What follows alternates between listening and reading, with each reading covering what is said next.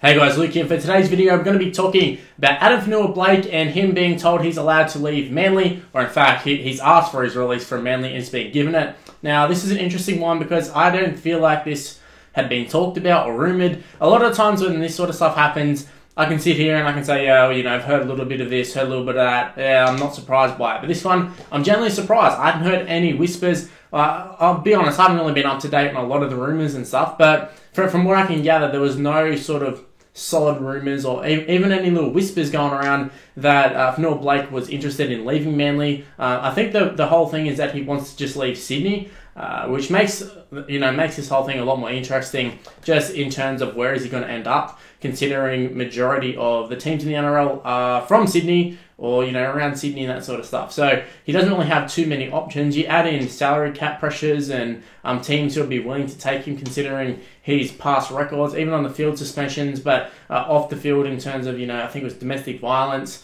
He hasn't got a great record, and even the whole COVID stuff and calling the ref a retard and all that sort of stuff. He definitely is a very controversial figure in the world of NRL and even in just regular everyday life, considering some of his criminal stuff. But yeah, Fonua-Blake, you can't doubt his ability on the field, which is why teams have been able to overlook some of his shortcomings off the field.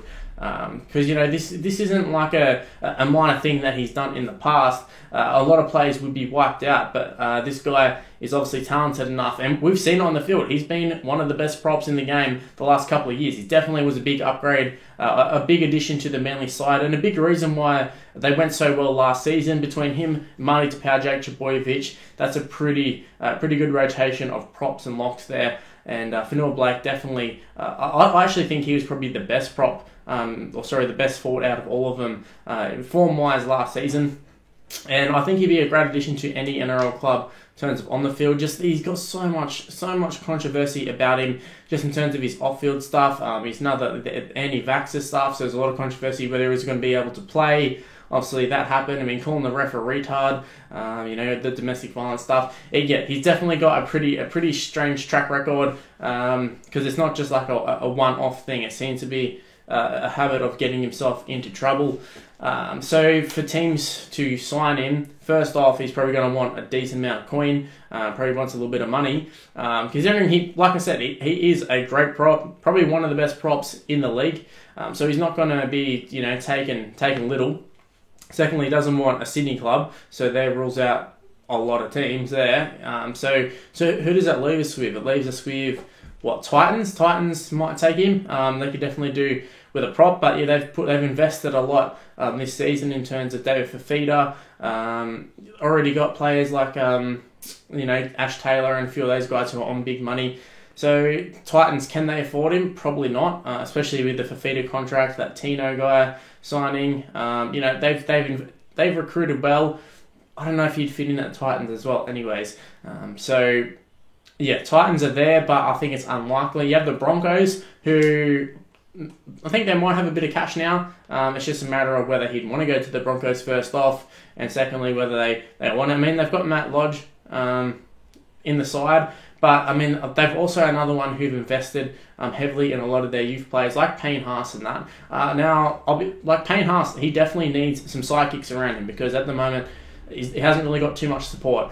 Payne Haas can be the star of the side, and Fonua-Blake would probably be he'd probably be a good addition to the side and probably complement him pretty well. Just another big bopper, because I think the Broncos are kind of lacking that at the moment. They've got enough guys who are pretty good, good tacklers and good defenders, and kind of just solid players, but they haven't got another big bopper who's going to bust the line. Because Matt Lodge, he's a decent prop, but he's not that.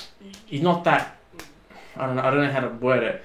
He's just not that impact prop that you want. He's a guy who'll, get through a lot of runs and, get through his tackles, and that probably won't miss too many, but he's not like Payne Haas. And if they can get someone who's, I mean, you're probably not going to find another Payne Haas, but if you can get someone who's similar to just complement him, I think that'd be great. And I think Fonua-Blake will probably be pretty well. And also for how much players are going for these days, I have a feeling because of how much he's limited himself, Fonua-Blake, I think you might be able to get him on the cheap. So the Broncos, there might be a good option for him. You've got the Raiders, who I don't think will be able to afford him based off the signings they've made. I mean, they've just lost Bateman and Kotrick, but they've also signed Harry Ranara on a big upgrade from his Bulldogs contract. So I think the Raiders, you can rule them out, although he'd probably fit in really well with the Raiders. Imagine him and Papali in that side, and in Josh Hodgson. Like, they got a lot of good players, they got a lot of smart players, and I think just having Papali and then imagine if Papali takes that run, then you got Fonua-Blake, Hodgson to play off them. I think that'd be great, but I can't see it happening. Then you got New Zealand, which I think will probably be the most likely destination, or even Cowboys and that sort of stuff. You could end up at the Cowboys, but I think your most likely one is probably the Warriors. I think he might be a Kiwi, Fonua-Blake. At least maybe like Tongan, Samoan, something like that. He's definitely going to be something along the lines of that. But I think he might be New Zealand. Anyways, my point being is that I think it'd be a good signing for him. First off, like I said, good value for money. The only problem is, I feel like Warriors need to build the culture. They need to build a really good culture. Nathan Brown should be trying to do that, and I don't know if Fonua-Blake is someone you want to bring to your club. Just like I said, a lot of controversy, kind of opinionated too. And just if you have plays, like, this is a dude who literally called a ref a retard to his face. So I don't know. I don't know if that's someone, if I'm trying to rebuild a club like the Warriors are and rebuild a culture and, get a winning mentality and that sort of stuff. I don't know if Fonua-Blake's the guy you want. However, it just feels like a signing the Warriors would do. And the only thing is, I feel like they'd have to pay overs for him, which they probably would do. I don't know how their salary cap is. I'm assuming it's pretty decent. They haven't really got too many big names or anything. But, I mean, he'd add a lot of go forward for them. And then you add in, I think Murdoch Masila is signing for him. I've heard he's been going good in the Super League. Some of their forwards have been going really well. I feel like this year has probably been the biggest surprise for me is the Warriors with how good they've actually gone. And you add in Fonua-Blake, I think they actually would have a very, very good forward pack. It's just a matter of whether the halves and the backs can play off that. But I think they'd lay a great foundation for the side, that's for sure. But I'm kind of not speechless. You can tell I'm kind of struggling to find words here. I don't really know what to say about this Fonua-Blake thing because it's kind of so shocking to me. And also the fact that Manly just went, yep, cool. They announced it. It didn't come out through the papers. It didn't come out through, tweets and the mole saying, rumours going around this and that, Buzz Rothfield. It wasn't through any of them. It was literally through Manly releasing a statement saying we've allowed Fonua-Blake to talk to other clubs, which is, I feel like it's a very rare thing, and it's something I'd actually like to see more of. Just Manly.